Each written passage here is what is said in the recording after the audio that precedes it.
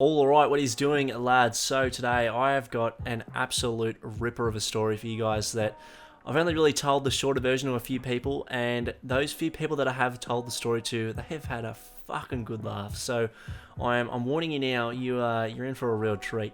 You definitely have not heard of a story like this. I can fucking tell you that right now. So I want to try to start something out with you guys for this video and for the channel for that matter. And that is, if you do laugh or get a bit of a cheeky grin going on at any point during the video, you have to drop a like. Now, if you haven't already dropped a like, just fucking hold on to it. Keep your pants on. And if at any point you laugh or get a bit of a giggle going on, you have to drop a like. Or for that matter, if you actually enjoy it. Only if you laugh or enjoy the video, drop a like. If you don't, fucking leave it. I think this might be a really cool way to see if you guys actually enjoy what I'm doing, instead of being one of those fucking weirdos. You know those guys, they go, if you don't drop a like in the next 5 seconds, a spider's gonna crawl down your throat while you're asleep tonight. It's like, shut the fuck up, you crumb. Those people are literally the scum of YouTube. So we're not going down that path. I actually want to fucking earn your like. But anyway, let's get straight into it here. Enough dilly-dallying. I'm gonna slide over to the side now. If you guys get sick of looking at my head, there's gonna be some Warzone clips in the background. I had about 85 clips and I had to narrow them down to 25 for this montage that's being edited at the moment. So they're fucking high standards, so hopefully that keeps you a bit horny while I'm telling this story. So most of you probably don't know this, but I'm a serious fucking rager. I have broken over 70 controllers and I'm not taking the piss.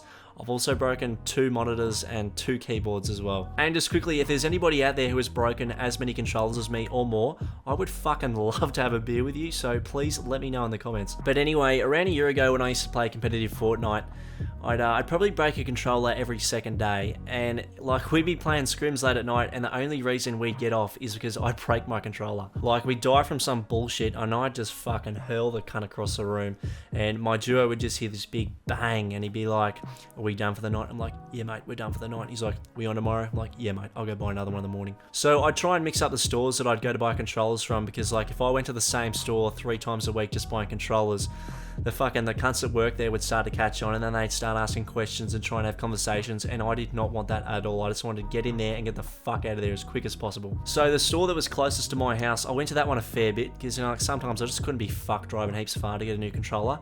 But the blokes at work there, they started catching on, and they'd say things like, "Weren't you here the other day, mate?" And I'd just be like, "Nah, mate, think you got the wrong person, champ." Now, this is when it gets interesting. So every time I went in to buy a controller, I'd scan this little card that I had with EB Games, and EB Games is just like the Australian version of Gamestop. It's like the exact same type of shit. And this little card, it had this weird point system to it that gave me like bonuses or something. And this one day I went in to get a new controller, and I got served by this big, fat, dirty, greasy prick. And everything was going well. I was about to buy the controller, and he goes to me, "Would you like me to add you into this store giveaway we've got going on? All I have to do is just scan your card." And I was like, "Yeah, fuck it, why not, mate?" So I've passed him the card, and he scanned it, and he's fucking done some typing, and he must have been able to see my buy history or something, and the whole fucking page would have just been DualShock 4, DualShock 4, DualShock 4. And I shit you not, this is how the cunt looked at me.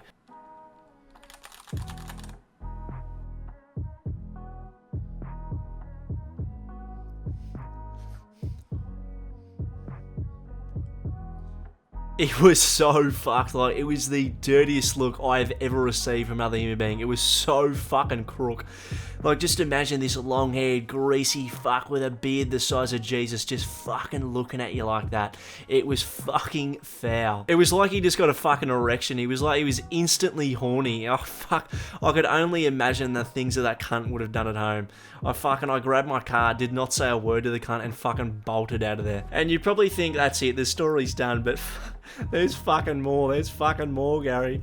And fuck me, after that day, I said to myself, there is no fucking chance in the world I am ever going back there again to risk seeing that disgusting cunt. So a couple months went by of me going to other gaming stores that were a bit further away, and this one night we had this duo tournament scheduled, and my sleeping pattern was fucked at that time.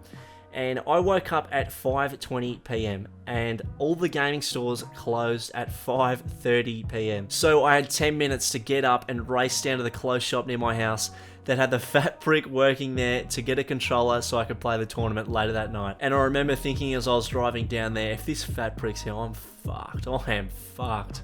I was praying, please don't be working. Please don't be working. And I've pulled up just in the nick of time, and I've walked in, and as luck would have it, this cunt is on a shift. And as soon as he's laid eyes on me, mate, this cunt has literally lost the plot. If you've ever seen a WWE entrance, like a Royal Rumble entrance, where you got those diehard fans in the front row that are fucking screaming and throwing their beers around, he was acting like one of them guys. Shit you not. He was acting like this. Here he is. He's fucking back. The man, the myth, the legend. What color controller can I get you today, Chief? And I'm just sitting there going, what the fuck, cunt? Mind you, there's bloody mums and little kids in the shop all looking, and I'm just sitting there going, holy fuck. And this freak is just rapping out. I'm like, mate, can I please just get a PlayStation controller? And he goes, what colour can I get you, mate? What would you like? And he's trying to have like a conversation with me like I'm his best fucking mate. And I'm just giving him fucking nothing. I was like, mate, can I just get that controller, please? Yep, that's all. That's all. That's all. That's fucking all. So he's giving me one, bang, out the door. Didn't even scan the fucking card. And yes, it was a pretty bloody traumatic experience, to say the least. And that actual situation happened a couple times where I had to go to that shop because I did not have enough time to go to another one.